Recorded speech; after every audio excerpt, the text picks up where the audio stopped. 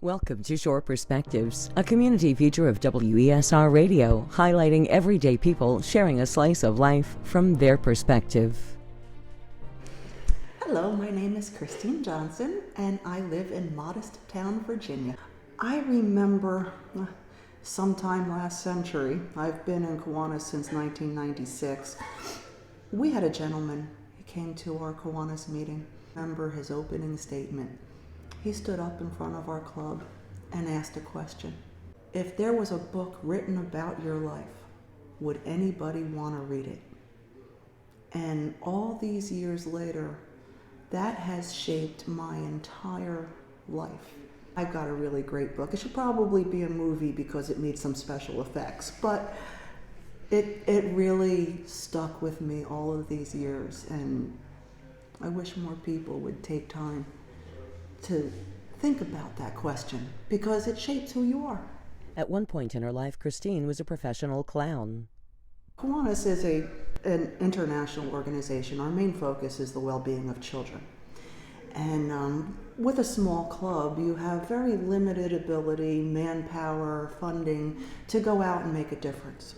And with Kiwanis, we are lucky enough to have the ability to go out and do hands-on service.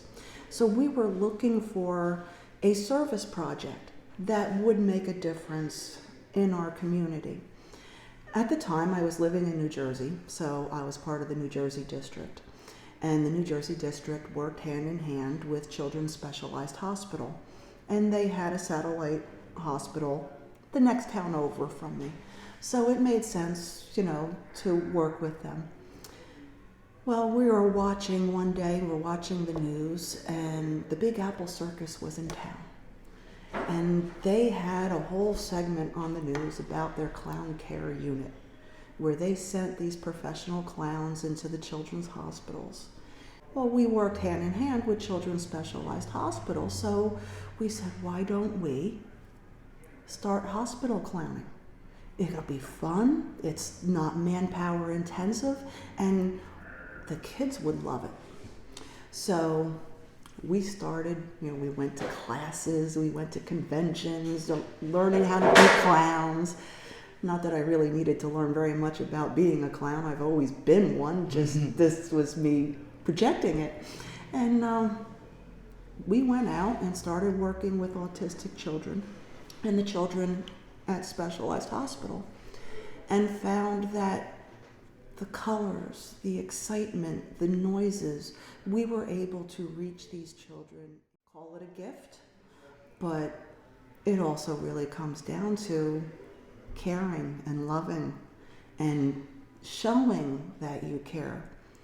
And I remember one time a very young man at Children's Specialized Hospital, he could not speak.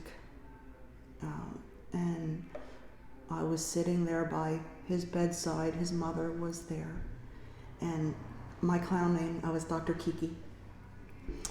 And we were sitting there, and he looked at me, and he put out his hand, and he went, Kiki.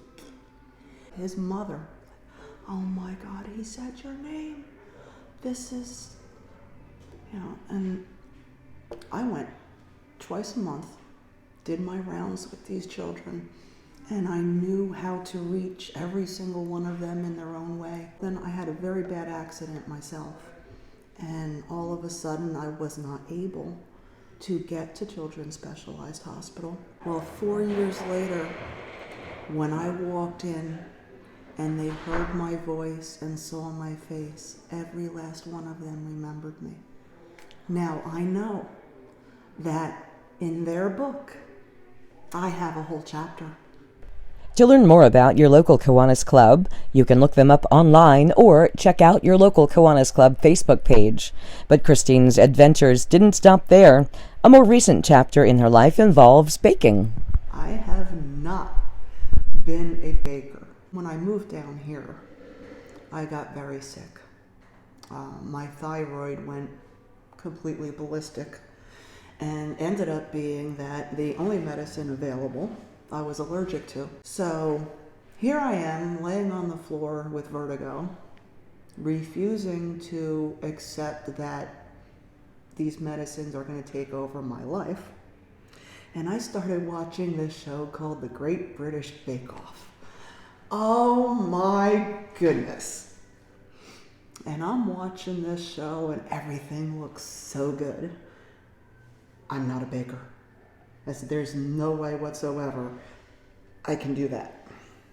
Well, I needed something that would get me off of the floor. I didn't have a lot of time because, I had vertigo so bad I couldn't drive anywhere. I really couldn't do anything. But I could get up for 20 minutes, mix up something, let it rest, sit down. And baking allowed me a way to do a little bit, relax, do a little bit and relax, so I wasn't succumbing to sleeping all day. Well, the first time I went into the kitchen, I made a pithivier. Never heard of one before, but I watched it on the show, and I went in the kitchen and I made one, and it came out perfect. And I was like, well, gosh darn. It's not really the word I use, but this is the radio.